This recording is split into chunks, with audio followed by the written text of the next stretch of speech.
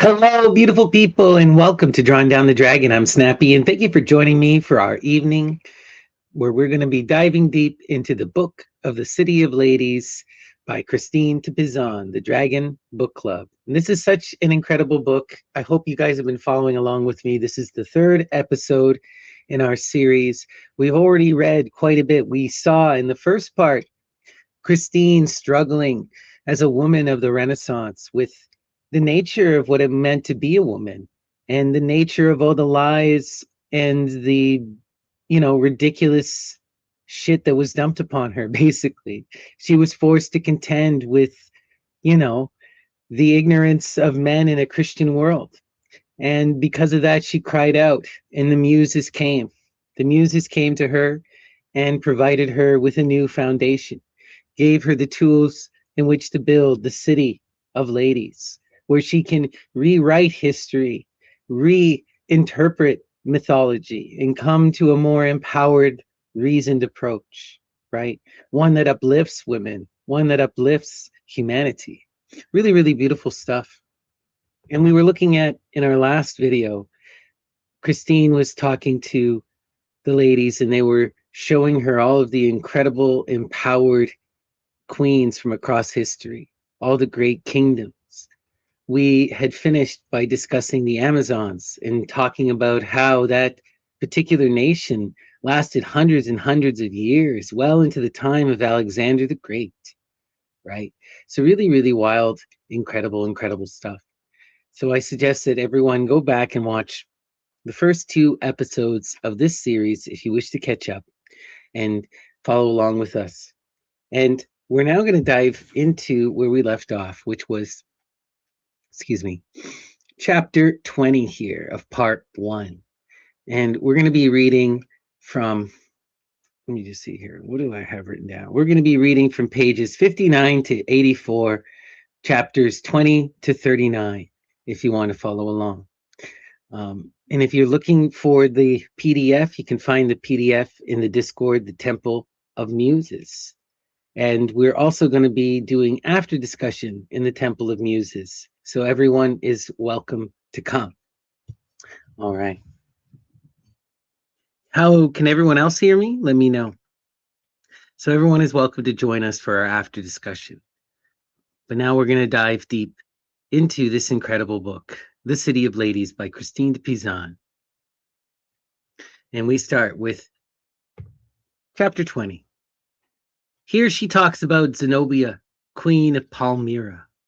The Amazonians were not the only brave women in history, because Zenobia, queen of Palmyra, a lady of noble blood descended from the Ptolemies, kings of Egypt, was no less celebrated. This lady's great courage and love of the military profession became apparent early in her childhood.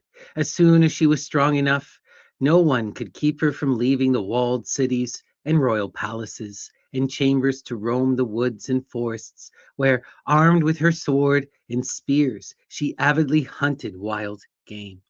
First, she went after stags and hinds, then lions, bears, and all sorts of other wild animals, which she fearlessly attacked and brought down with marvelous skill.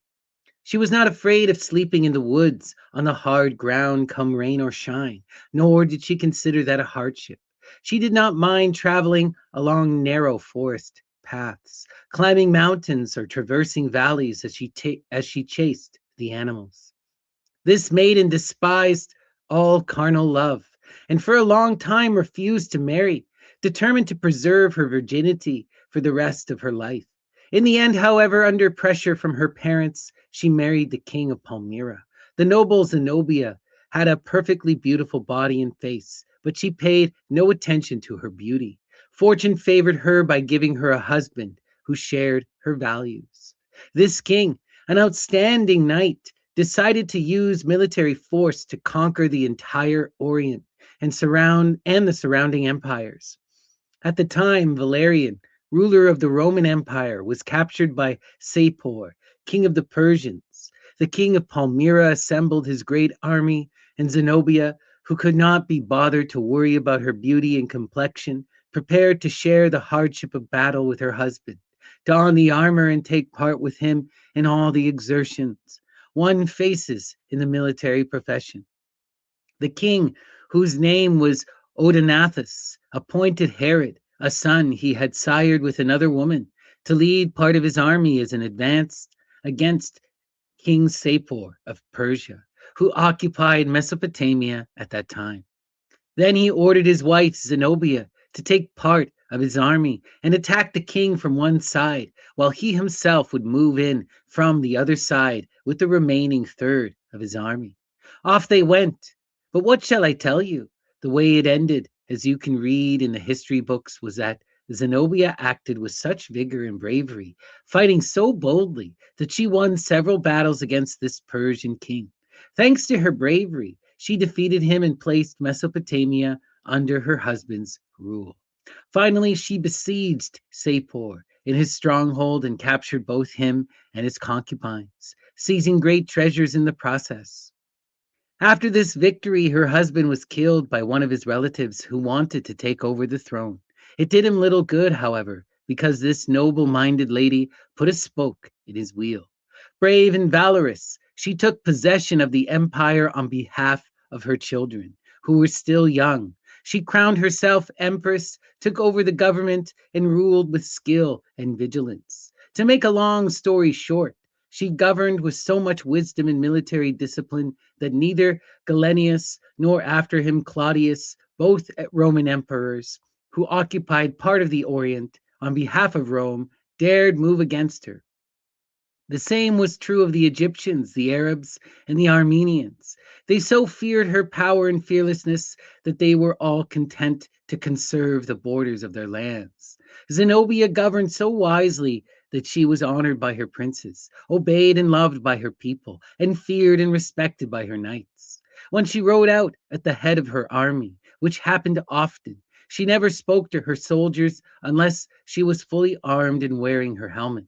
She did not even have herself carried in a litter while in battle, although the kings of that time all had themselves transported that way. She always rode a war horse, and sometimes to spy on her enemies, she even went incognito ahead of her troops. Just as this noble Zenobia surpassed in her time all the knights in the world in the arts of war, she outshone all other ladies in her noble and upright conduct and her integrity. She led a very sober life, but often held great often held great assemblies and feasts for her barons and guests. Those were occasions of great magnificence and royal largesse in all things, when she would generously hand out beautiful gifts, well aware of how to attract eminent people to her benevolent affection. She paid strict attention to her chastity, not only keeping herself from other men, but also sleeping with her husband for the sole purpose of having children. She made that very clear by refusing to sleep with her husband when she was pregnant. And to ensure that her conduct was in harmony with her values, she made sure that lewd and morally corrupt men were banned from her court. She insisted that anyone seeking her favor be virtuous and well-bred. She honored people based on their qualities, bravery, and virtue, not on wealth or lineage. And she liked serious people and experienced knights. As is customary for a royal empress, she lived in lavish fashion in the Persian style, which was more sumptuous than that of any king. Her food was served in richly decorated vessels of gold, adorned with precious stones. She amassed huge wealth from her revenues and her own property without extorting anything from anyone. And she gave so generously when she judged it appropriate that she surpassed all other rulers in largesse and magnificence. In addition to everything I've said, her prime virtue was her knowledge of literature, both that of the Egyptian and that of her own language. When she wasn't busy, she diligently devoted herself to study, and she arranged for the philosopher Longinus to teach her. He was her master and introduced her to philosophy. She knew Latin and Greek literature and used those languages to produce a painstaking summary of historical works. She also wanted her children, whom she raised very strictly, to be introduced to academic learning. So you can judge for yourself, my dear friend, if you have ever seen or read about any prince or knight more perfectly versed in every virtue. 21. About the noble queen Artemisia. Wow, but wasn't she amazing? Man, Zenobia. Zenobia of Palmyra. Wild stuff. All right. Queen Artemisia.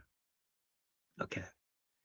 Could we say less about the noble and illustrious Artemisia, Queen of Caria, than about the other valiant ladies?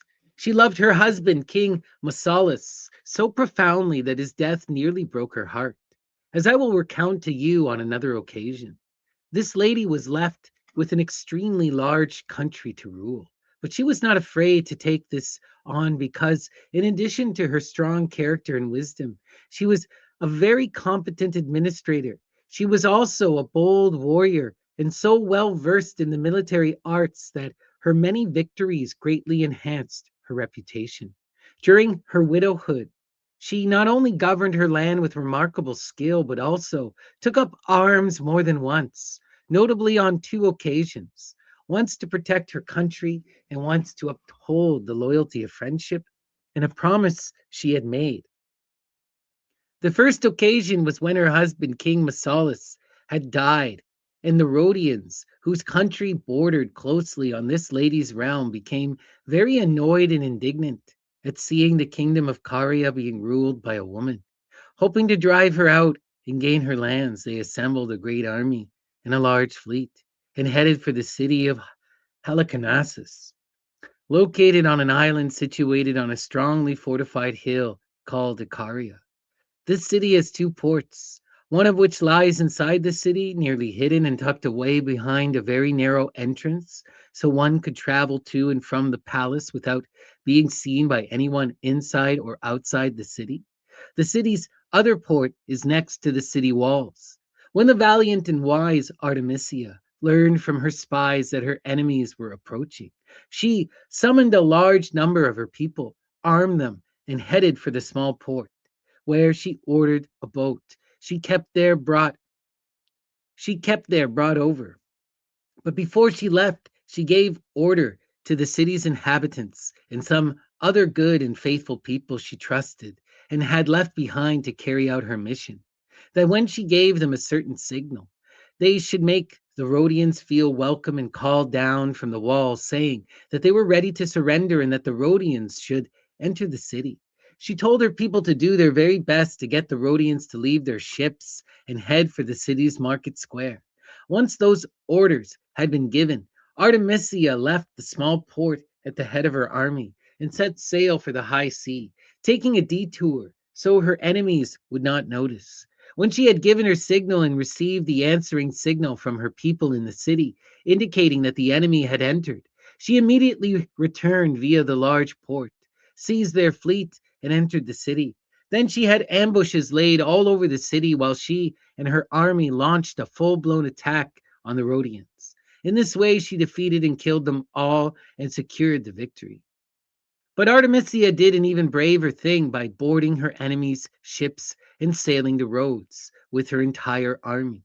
Then she had the flag of victory raised as if the Rhodians were returning victorious. From the inhabitants, when the sorry, when the inhabitants spotted the sign, they assumed they were seeing their own people and rejoiced, leaving their port open.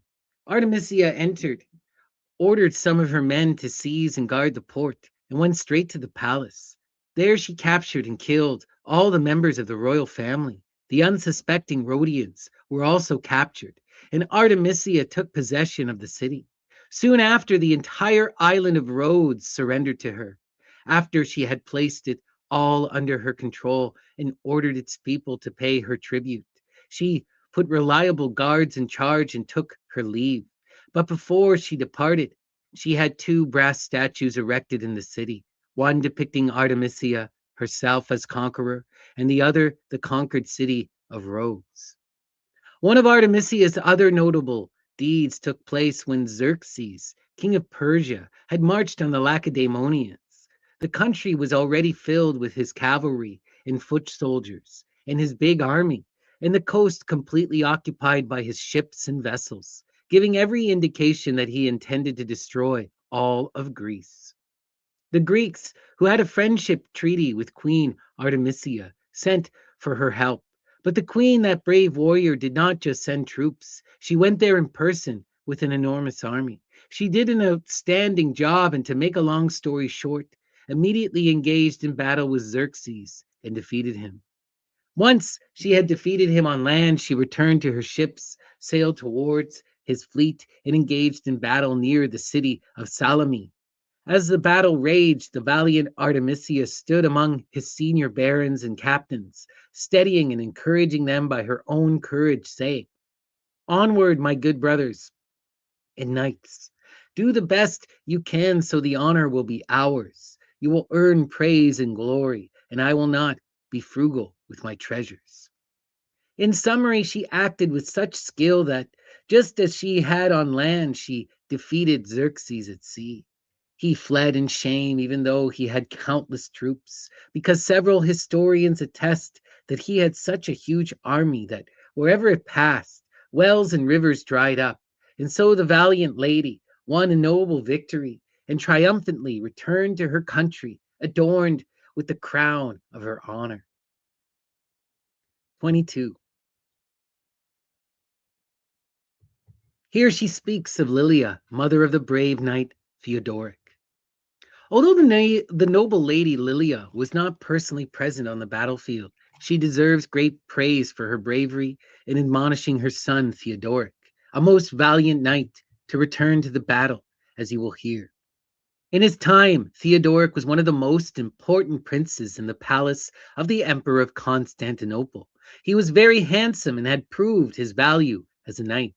And thanks to the way his mother had raised him, he was also very virtuous and impeccably behaved. One day, a prince by the name of Odoacer marched on the Romans, hoping to destroy them and all of Italy. When the Romans went to seek help from the Emperor of Constantinople, he sent them Theodoric, his most outstanding knight, accompanied by a large army. As he was fighting this Odoacer in a pitched battle, the fortune of war turned against him, and his fear caused him to flee toward the city of Ravenna. When his brave and wise mother, who had carefully watched the battle, saw her son flee, she was deeply saddened, thinking that there can be no greater shame to a knight than to have fled a battle.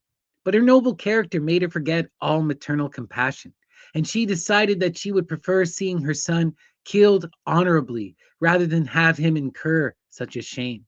She immediately rushed over to him, begging him not to dishonor himself by fleeing, but to reassemble his troops and return to battle. But when he paid little attention to her words, she was overcome by rage. Lifting up the front of her dress, she told him, "Truly, dear son, there is only one place you can flee to, and that is the womb from which you came."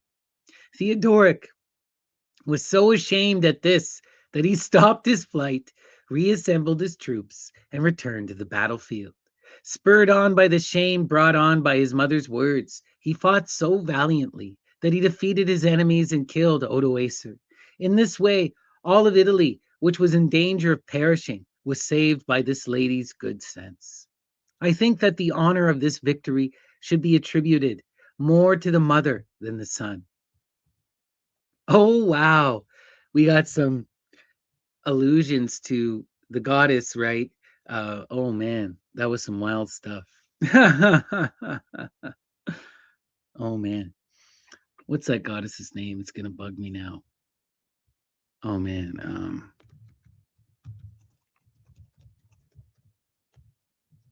Is it Bupo? Balbo. The goddess Balbo.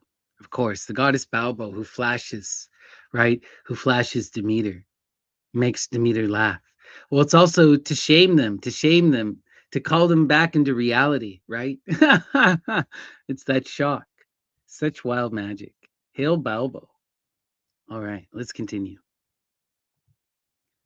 23. Here she talks once again about Queen Fredegund. Queen Fredegund of France, whom I have mentioned to you before, also displayed exceptional bravery in battle. As I told you, she had become widowed by her husband, Chilperic, when she still had her son Clothar at her breast. When the kingdom was attacked, she told the barons, "My lords, do not be afraid of the number of enemies that have marched on us, because I have devised a ruse that will allow us to defeat them. But you must trust me. I will abandon all female fear and arm my heart with male boldness in order to raise your courage, that of our army, for the love of your young prince. I will walk ahead with him in my arms, and you will follow me. You will do exactly as I have ordered our commander in chief to do." The barons answered that they were hers to command and that they would willingly obey her in all things. She formed up the entire army in battle order and rode out at its head, her son in her arms with the barons behind her, followed by the battalions of knights. Thus they rode off toward their enemies until nightfall, when they entered a forest. The commander in chief cut off a tall branch from a tree, and all the others did likewise. They covered all their horses with hawthorn and leaves, and hung little bells on some of them, as is customary for horses going out to pasture. Then, in close formation, they rode on toward their enemy's tent camp, hawthorn branches in their hands. The queen courageously rode at their head with the little king in her arms, exhorting them with promises and kind words of encouragement. The barons behind her were all moved to compassion for the little one and felt all the more anxious to protect his rights. When they decided they had come close enough, they halted and kept very quiet. When the dawn began to break, the enemy sentries saw them and said to each other, "Look at this amazing spectacle. Last night there was neither wood nor forest around us, and now there is a huge and very dense forest." The others who saw this said the wood had to have been there already, because there was no other explanation. They must have been stupid enough not to notice it. It must be a forest, they said, given the sound of the bells of the horses and other animals grazing there. And then, as they were busy discussing this, never suspecting a ruse, the queen's men suddenly threw down their branches. What their enemies had taken as a forest turned out to be armed knights, who surged towards them so suddenly that they had no time to arm themselves, because most of them were still in bed. The queen's army stormed the camp, going from tent to tent and killing or capturing them all. That is how they won their victory, thanks to Fredegonde's astuteness. 23. Here she talks about the virgin Camilla. I could tell you a great deal more about the brave and valiant women, such as the virgin Camilla, who was no less intrepid than those I have already mentioned. This Camilla was the daughter of Metabus, an ancient king of the Volscians. Her mother died at her birth, and soon after her father was dethroned by his own people, who rebelled against him and forced him to flee to save his life. He did not have a chance to take anything with him except his daughter Camilla, whom he loved deeply. When he came to a big river he had to cross, he was in a quandary because he could not think of a way to bring his little daughter across. After pondering the problem at length, he tore off great patches of bark from the trees and fashioned a bowl that resembled a small boat. He put the child inside and tied the little boat to his arm with strong ivy vines. Then he got into the river and started swimming, pulling the little boat behind him. That is how he and his little daughter crossed the river. The king took refuge in the forest because he dared not go anywhere else for fear of enemy ambushes. He fed his daughter milk from wild does until she got stronger and bigger, and dressed himself and the little girl in the hides of the wild animals that he killed. They also served as the only bed and covers they had. When she was old enough, she started to hunt the wild animals and kill them with the slingshots and stones, chasing after them with such speed that no greyhound could have caught her. So it went until she reached adulthood, when she had become very brave and able to move with amazing speed. Well acquainted by her father with the wrong that had been done to him by his subjects, she left the forest feeling strong and brave. She armed herself and to make a long story short, She put up such a fight with the help of some relatives that she reconquered her country, personally taking part in the fierce battles. She continued to perform acts of bravery in battle and gained a tremendous reputation. But she was so proud that she did not stoop to taking a husband or lie with any man. This Camilla was the virgin who went to the aid of Turnus against Aeneas when he was attacking Italy, as the history books mention. All right. Here she talks about Queen Bernice of Cappadocia.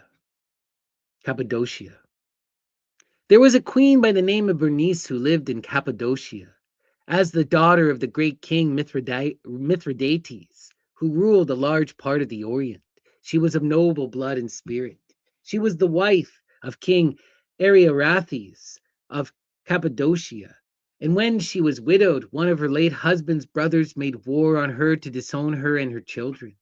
In the course of this war, the uncle happened to kill two of his nephews, that is, that lady's sons. She was so overcome with grief that she became enraged and lost all the fear that is natural to a woman. She took up arms herself and marched on her brother-in-law at the head of a great army, fighting so fiercely that she wound up killing him with her own hands. She crushed him under her chariot and emerged victorious. Wow. 26. Here she talks about the bravery of Chloe Leah. The noble Chloe Leah was a brave and wise lady from Rome, even though she never took part in wars or battles. One day, the Romans agreed to guarantee various treaties conducted between them and a king who had been their adversary by sending the noble young lady Chloe Leah and other high-ranking Roman virgins as hostages. When Chloe Leah had been held hostage for some time, she thought to herself that it was a great blot on the honor of Rome to have so many noble virgins kept prisoner by a foreign king. So Chloe Leah armed her spirit with all the boldness she possessed, and with sweet words and promises managed to deceive the guards, allowing her to make off during the night along with her companions. They traveled on until they reached the river Tiber. Chloe Leah found a horse grazing in the meadow nearby, and although she had never ridden a horse before, she mounted, put one of her companions behind her, and crossed the river without any fear of the depth of the water. Then she went back to get her next companion and continued this until they were all across safe and sound. She led them all the way back to Rome and returned them to their parents. The bravery of this virgin was highly praised by the Romans, and even the king who had kept her hostage respected her for it. In fact, he was amused by it. In permanent memory of this deed, the Romans erected a statue of Chloe Leah in the form of a young lady mounted on a horse. They put the statue in a prominent place along the road leading to the temple, where it remained for a long time. But now the foundations of our city are complete, and we must proceed to erect the high walls that are to surround it. All right. Christine asks Lady Reason whether God has ever wished to ennoble the mind of any woman with the noblest sciences. And Lady Reason's reply. Having listened to all these things, I replied to the lady who had been talking to me with so much truth, saying, God has truly revealed amazing strength in the women you have been telling me about. But please tell me again whether it has ever pleased God, who has bestowed so many gifts on women, to honor the female sex by granting some of them the gift of keen intelligence and great learning. Do they even have the talent for this? I would love to know, because men claim that women have only a limited intelligence.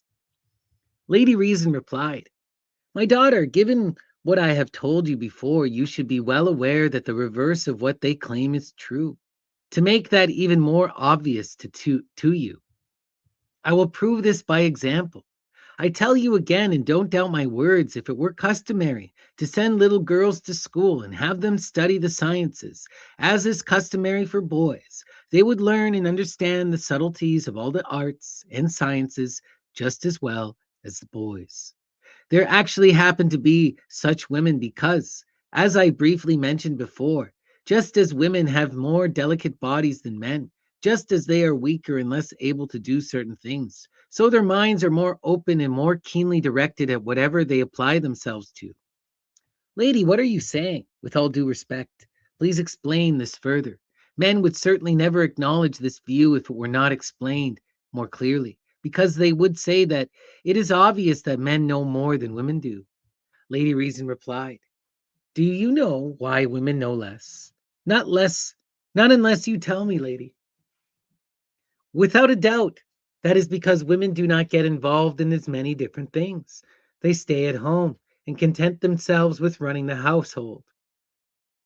There is nothing more instructive to a rational creature than practice and concrete experience of many different things.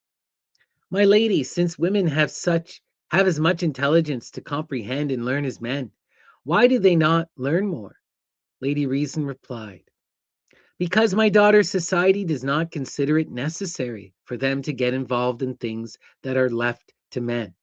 As I have told you before, it is enough for them to do the ordinary things that are expected of them. And it is based on that experience, which seems to show that women are usually less knowledgeable than men, that one arrives at the conclusion that they have less intelligence. But look at the farmers in the countryside or those who dwell in the mountains or many other regions. You will find that they are so simple minded that they resemble animals. And yet, there is no doubt whatsoever that nature has provided them with the same physical and intellectual qualities that you find in the wisest and most learned men living in the cities and towns. All this stems from a failure to learn. Although as I have told you, some men and women have better minds than others. To illustrate what I have said about women's intelligence being similar to men's, I will tell you about some extremely erudite and intelligent women. Reason starts to talk about women who were enlightened by great learning, beginning with a noble young lady by the name of Cornificia. The parents of Cornificia, a noble young lady, sent her to school at a young age as a joke, along with her brother, Cornifius. But this young girl, endowed with a prodigious intelligence, studied so hard that she acquired the sweet taste of learning. It would not have been easy to deprive her of this joyful activity, on which she spent more and more time neglecting all female activities. She worked so long and so hard that she soon became an outstanding poet. Not only did she flourish and become an expert in the art of poetry, but she also seemed to have been nourished with the very milk and teaching of philosophy, and she wanted to learn about every field of knowledge. She succeeded so well that she surpassed her brother, who was also a great poet, in all manner of learning. Knowledge alone was not enough for her unless she could put her mind to work, pen in hand. In fact, she compiled several very important works. These books and her poems were much appreciated in the time of St. Gregory, who mentions them himself. Even the Italian Boccaccio, who was a great poet himself, mentions this woman in his book, praising her in these words. Oh, what a great honor for you, a woman who abandoned all female activities and applied and devoted her mind to the study of the greatest scholars. Boccaccio also supports what I told you about the minds of women who lack confidence in themselves and their own intelligence. As though born in the mountains, ignorant of virtue and honor, these women become discouraged and say that they are good and useful only for embracing men, having babies, and raising them. God has given them a good mind so that, if they wish, they can apply themselves to all domains dominated by glorious and excellent men. If they wish to study that is neither more nor less appropriate than it is for men. And if they make an honest effort, they can acquire perpetual fame, just as distinguished men like to do. My dear daughter, you can see how this author, Boccaccio, confirms what I have said and how he praises and supports learning in women.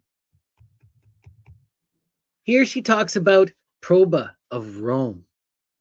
Proba, a lady from Rome and the wife of Adelphus, was also a lady of great brilliance. She was a Christian and had such keen intelligence and so loved to study that she completely mastered the 7 liberal arts and became an outstanding poet. She studied the works of the poets, particularly Virgil's poems, so intently that she knew them by heart. One day, when she was reading them with intense concentration and all her considerable intelligence, she reflected on their significance and conceived the idea of rewriting the scriptures and the stories of the Old and New Testaments in the style of those works, in pleasing and meaningful verse. Which, remarked Boccaccio, is admirable to see such an important idea arise in women's brain. But it was even more admirable, he said, that she was able to put that idea into action, because this woman, anxious to carry out her plan, set to work, rapidly pursuing first Virgil's Bucolica, then his Georgics, and then his Aeneid. She leafed and read, sometimes borrowing entire verses, other times only small sections. The marvelous skill and ingenuity she possessed allowed her to compose entire lines of well-constructed verse, ordering and joining the small sections while respecting the rules of poetry, meter, and feet patterns without ever making a mistake. She arranged her verses in such masterful fashion that no man could have done better. She started with the creation of the world, followed by the stories of the Old and New Testaments, and ending with the outpouring of the Holy Spirit on the apostles, harmonizing everything so well with Virgil's works that unless you knew of her composition, you would have thought that Virgil was both a prophet and an evangelist. That is why Boccaccio himself says that this woman deserves great recognition and praise, because it is clear that she possessed a true and exhaustive knowledge of the sacred books and volumes of the Holy Scripture. That is something you rarely encounter, even among the many great scholars and theologians of our time. This noble lady wanted the work she had drawn up to be called the Cento, and although the great effort that went into this enormous work would have been enough for one man's lifetime, she did not content herself with it, but wrote several other excellent and most laudable books. Among them was another book called Cento, because it contained 100 lines of verse. For this one, she used the writings and poems of Homer, which leads one to conclude that she not only knew Latin, but also Greek literature to perfection. Boccaccio observes that it must be a great pleasure for women to hear about this lady and her accomplishments.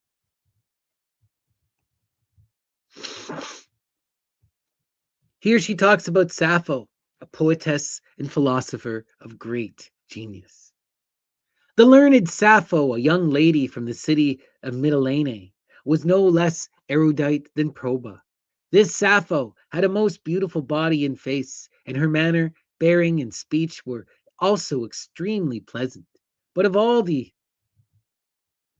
gifts she was blessed with, one surpassed all the others, and that was her keen intelligence. She was very skilled and an expert in many arts and sciences, and did not limit herself to the works and writings composed by others. She created many new things herself and wrote several books and poems. The poet Boccaccio says this about her: in the sweetness of his poetic language, Sappho, who was criticized by primitive, ignorant men for her lively wit and burning desire for constant study, frequented the heights of Mount Parnassus, that is, the pinnacle of learning.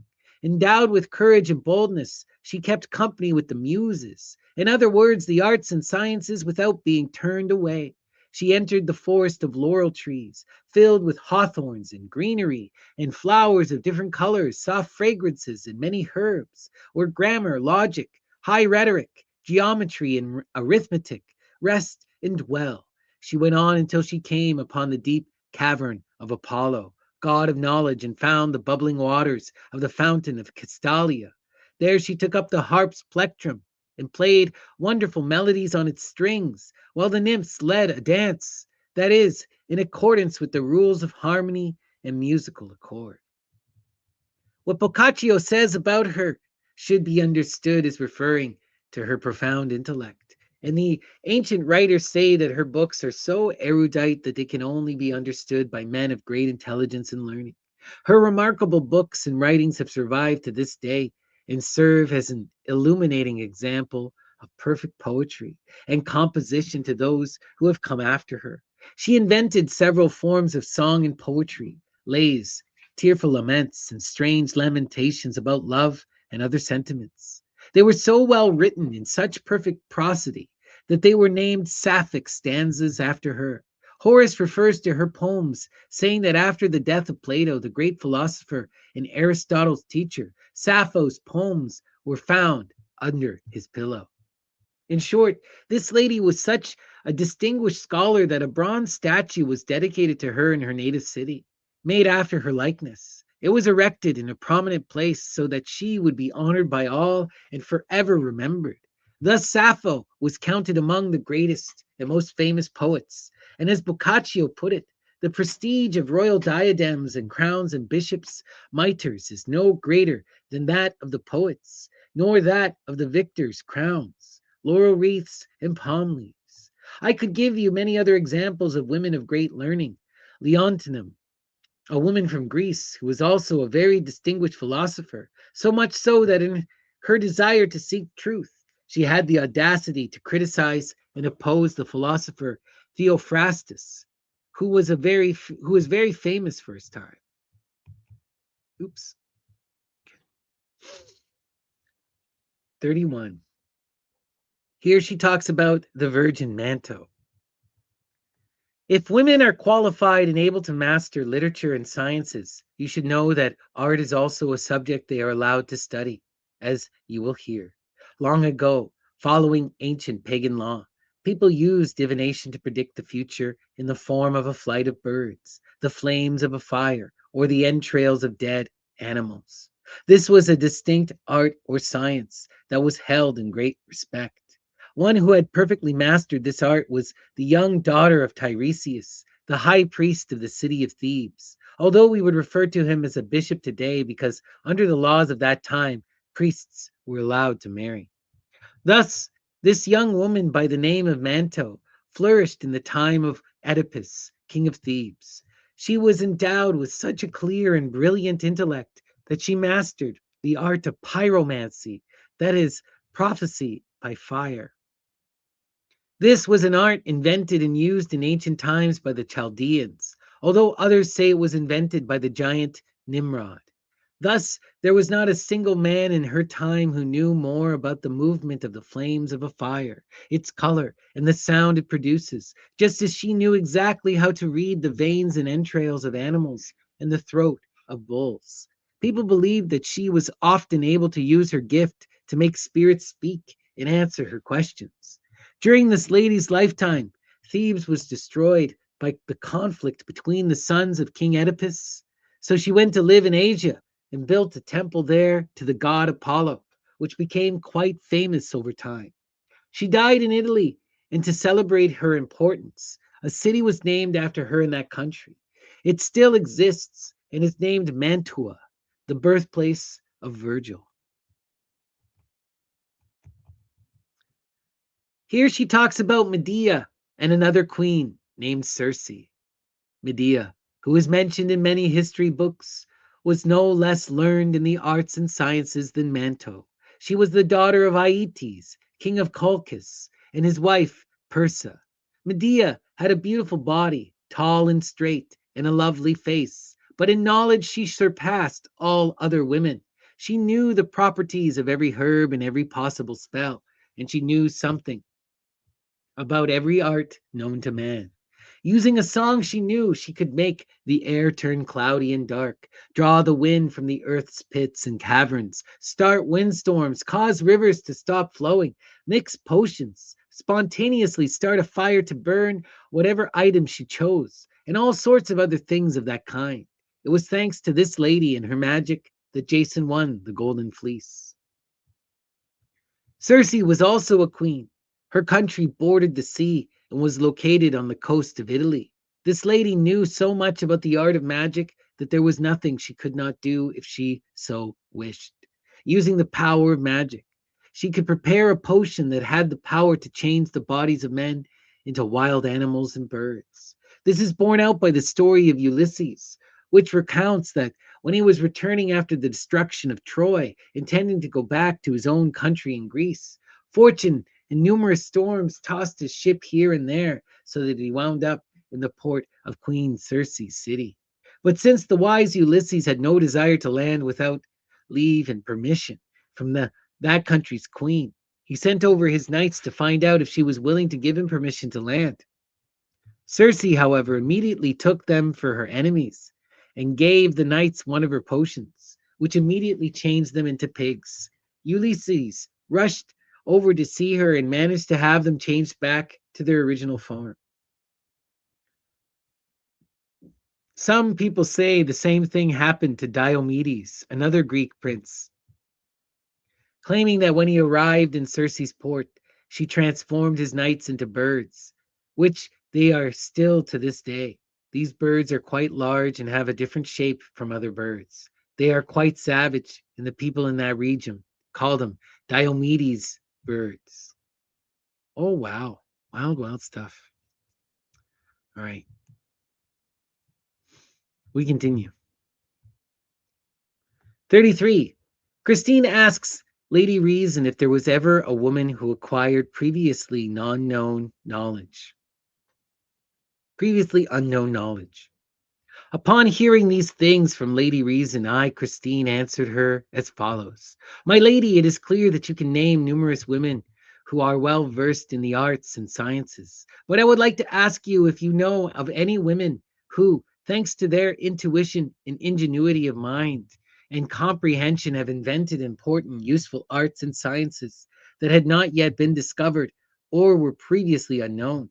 I say this because following and learning a field of study that has already been discovered is not as great a feat as discovering something new and unknown. It's unknown yourself. Rest assured, my dear friend, that many noteworthy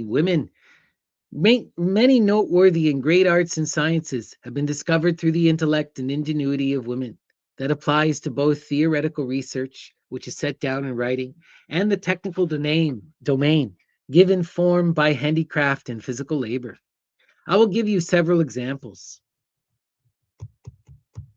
First, I will tell you about the noble Nicostrata, whom the Italians call Carmentis.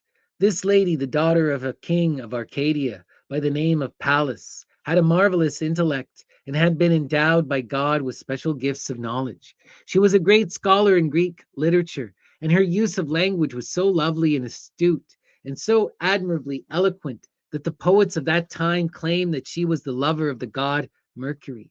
They said that a son she had with her husband, who was also very learned in his time, was actually the son of Mercury.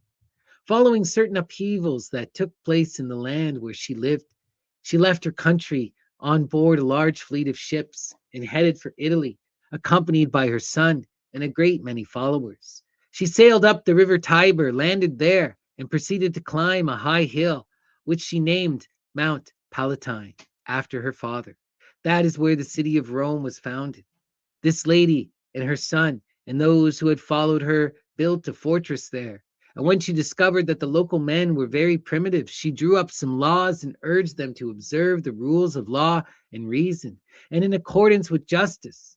She was the first to establish laws in this country that subsequently became so famous and was the cradle of all laws.